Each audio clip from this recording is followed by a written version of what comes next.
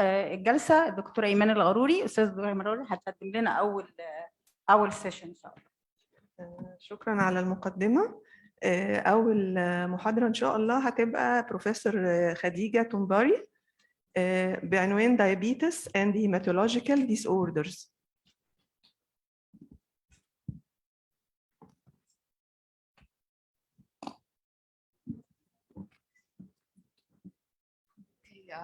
First of all, I would like to thank Professor Azza Abdelgawad and the organizing committee for giving me the opportunity to present my cases. Actually, I will be concise. طبعا كلنا تعبانين بس it was very interesting وشكرا لكل الحاجات اللي كانت presented.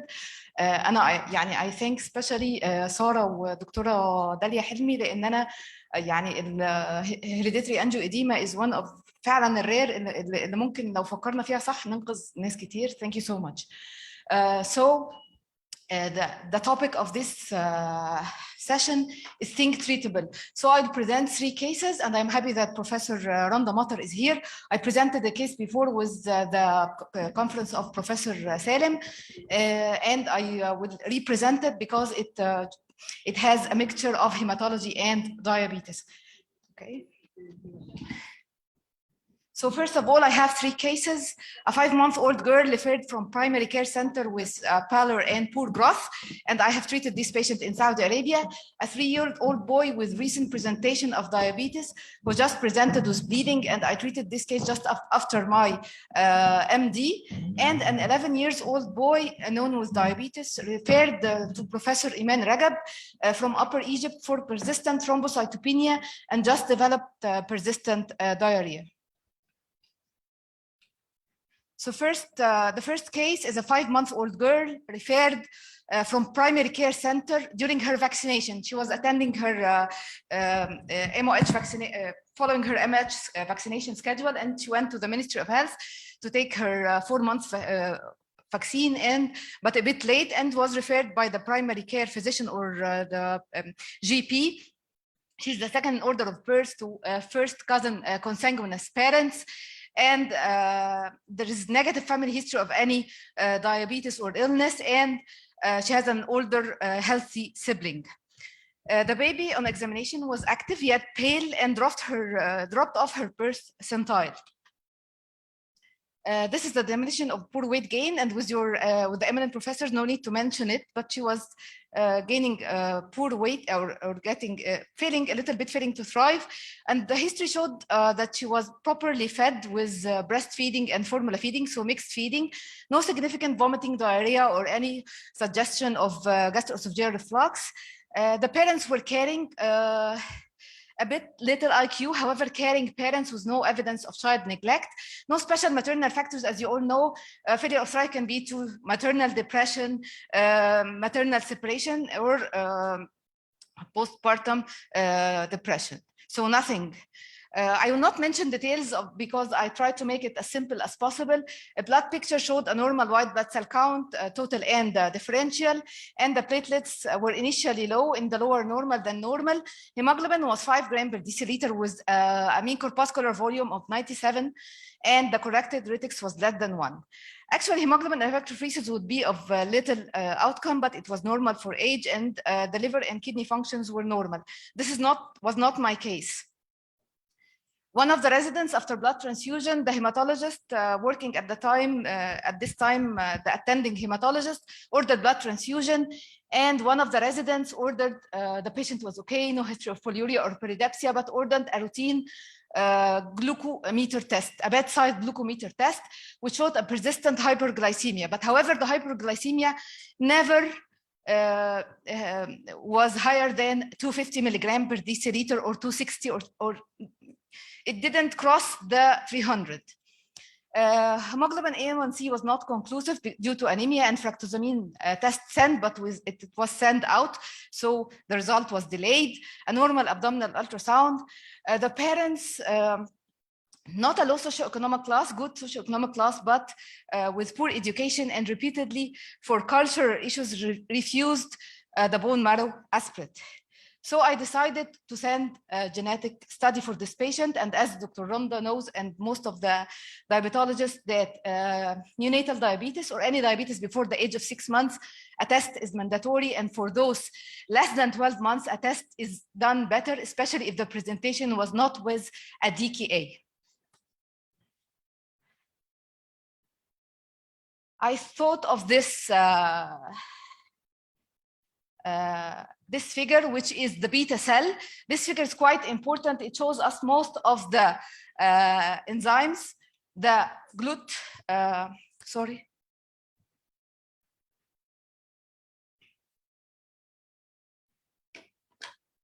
the glucose transporter, the glucokinase, the SCHD for hyperammonemia and diabetes, the leucine related, and the KIR6 and sulfonylurea channel, everything. So I thought of this, and because of consanguinity, I thought also of orcotralison, but the presentation was not typical of orcotralison, which is severe diabetes and hepatic affection.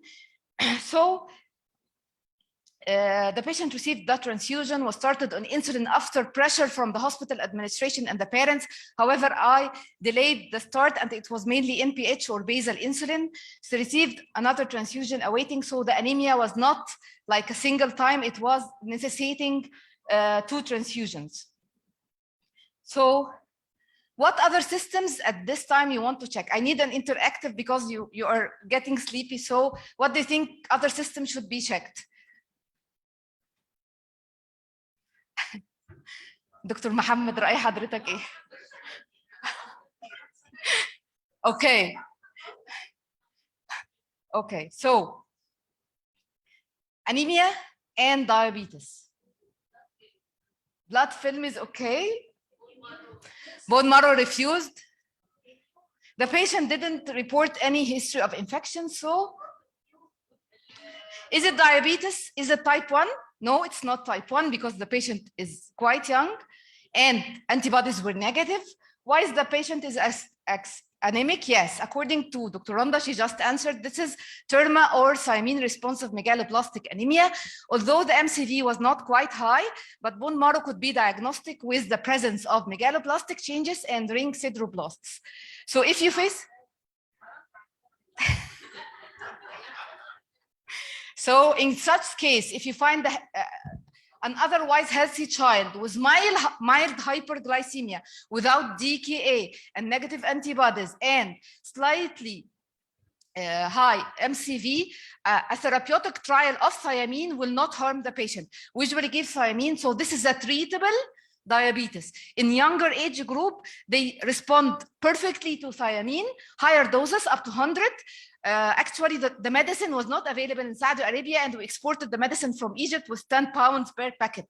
So actually, the patient responded, requiring only 1 dose, 1 unit of MPH, and she was marvelous. This is Rogers syndrome, and it's a treatable disease, SLC19A2, which is responsible for thiamine transporter. I want just to highlight, if you diagnose the disease, check for sensorineural hearing loss and congenital heart, because this patient had the autoacoustic emission test and it was normal, and it's a false, it's not a very good test. So please go for ABR. This patient was had severe sensory hearing loss and required hearing aids. So this diagnosis helped her to get to know, even to start talking earlier. So to go fast a bit, the second child is a 3-year-old boy who was diagnosed in our hospital at Ain Shams University with diabetes. He was actually from Swiss government, and he presented later with neck swelling, which turned on later to be a goiter. He's the first baby to first cousin consanguineous parents as well. He had, from his investigations, a mild microcytic hypochromic anemia, normal liver and kidney functions, but abnormal thyroid function, and he was started on eltroxin. He had, during presentation, not only goiter, but an attack of gastroenteritis with severe diarrhea, and he actually was about to collapse in the ER. What's your next step for this patient? Diabetes, an attack of severe diarrhea, he was severely dehydrated, and hypothyroidism. This is autoimmunity. Start eltroxin, celiac screen, cortisol level. Why cortisol level? He has a little bit low sodium, but within the low normal. So we check the cortisol level and we screened for autoimmunity. That should have been done, but it was not done. We were satisfied with the normal morning cortisol level. So how we should think about this case? We should think in a way that autoimmune diseases come together. So whenever you find diabetes, you can find hypothyroidism, Hashimoto's or Graves' disease, and you can find as well adrenal affection and adrenal insufficiency. So don't forget this disease comes like in a family. 7 months later, he had an attack of epistaxis and with petechiae and ecchymosis, and he found to be thrombocytopenic. And a bone marrow test showed a picture of ITP. How could you manage this patient? Steroids first line, according to Ash, if he was treated these days? No, it's very puzzling with the diabetes and the hyperglycemia. Poor response to IVIG given twice. So what did we give? At this time was the era of the romiplostim, was just, so we gave romiplostim at weekly doses, and thank God he responded well to romiplostim. Unfortunately, and to end up, this patient died at home with an attack of severe gastroenteritis. So what a take-home message from this case, adrenal insufficiency can still be a part of such a disease when it comes with diabetes. So don't only check the cortisol level, check for adrenal antibodies. When you find thyroid and diabetes,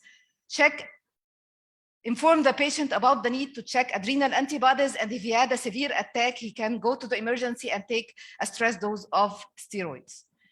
This is polyglandular autoimmune type 2 syndrome type 2 or Schmidt. And he had, in addition to the 3 diseases, which is diabetes, Addison, and Hashimoto's, he had thrombocytopenia. Sometimes they have selective IgA deficiency, dermatitis herpetiformis, hypophysitis, Stiffman syndrome, vitiligo, alopecia, or idiopathic heart block. This is the second case. And don't miss the adrenal antibodies. This is a treatable disease or a compensated disease. So the third case, I will move through rapidly because my colleague, Dr. Keeney, will have also a presentation on this. This is an 11-year-old boy diagnosed at the age of 4 with diabetes. And recently we call this early onset diabetes. So diabetes, not only in the neonatal period, but before the age or during the toddler years and preschool years is called early onset diabetes. And he was referred from Upper Egypt to Professor Ragab for persistent thrombocytopenia. And he recently developed chronic diarrhea. He's the third child to first consanguineous parents from Upper Egypt. And he has a history that's positive for repeated chest infections, sometimes necessitating hospital admissions.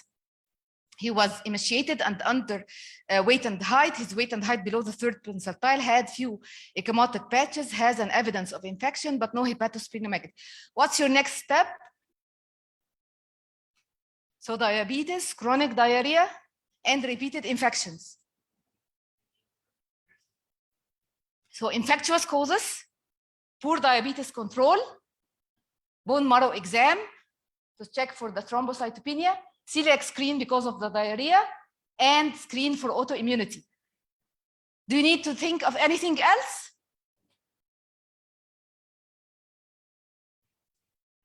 Immune deficiency or inborn errors of immunity, as it's called now, okay? And please don't hesitate to go for genetic testing. You can call any of the diabetes unit or myself. I have good relation with Exeter in UK, and they do it for free. So we found that this patient had a biopsy and endoscopy, but the result was late. So we had a genetic test, and we found that this patient has LRBA nonsense variant mutation or the common variable immune deficiency 8. I'll not discuss anymore. I will leave it for Professor Keeney. And LRBA is autosomal recessive disorder associated with autoimmunity, chronic pulmonary disorders, inflammatory bowel disease, and sometimes diabetes mellitus. So take home message, HGT, bedside hemoglucometer test or blood sugar assessment is an important test. Whenever you admit patient, this is a simple test. Do, as you are doing electrolytes, do a human glucometer test. This is a bedside test to check glucose and metabolic homeostasis. Autoimmune diseases come in families. not at the same age. The patient can be diabetic at the age of 3 or 4, hypothyroid or Graves' disease, which is less than hypothyroidism at the age of 8 or 9, and another autoimmune disease later.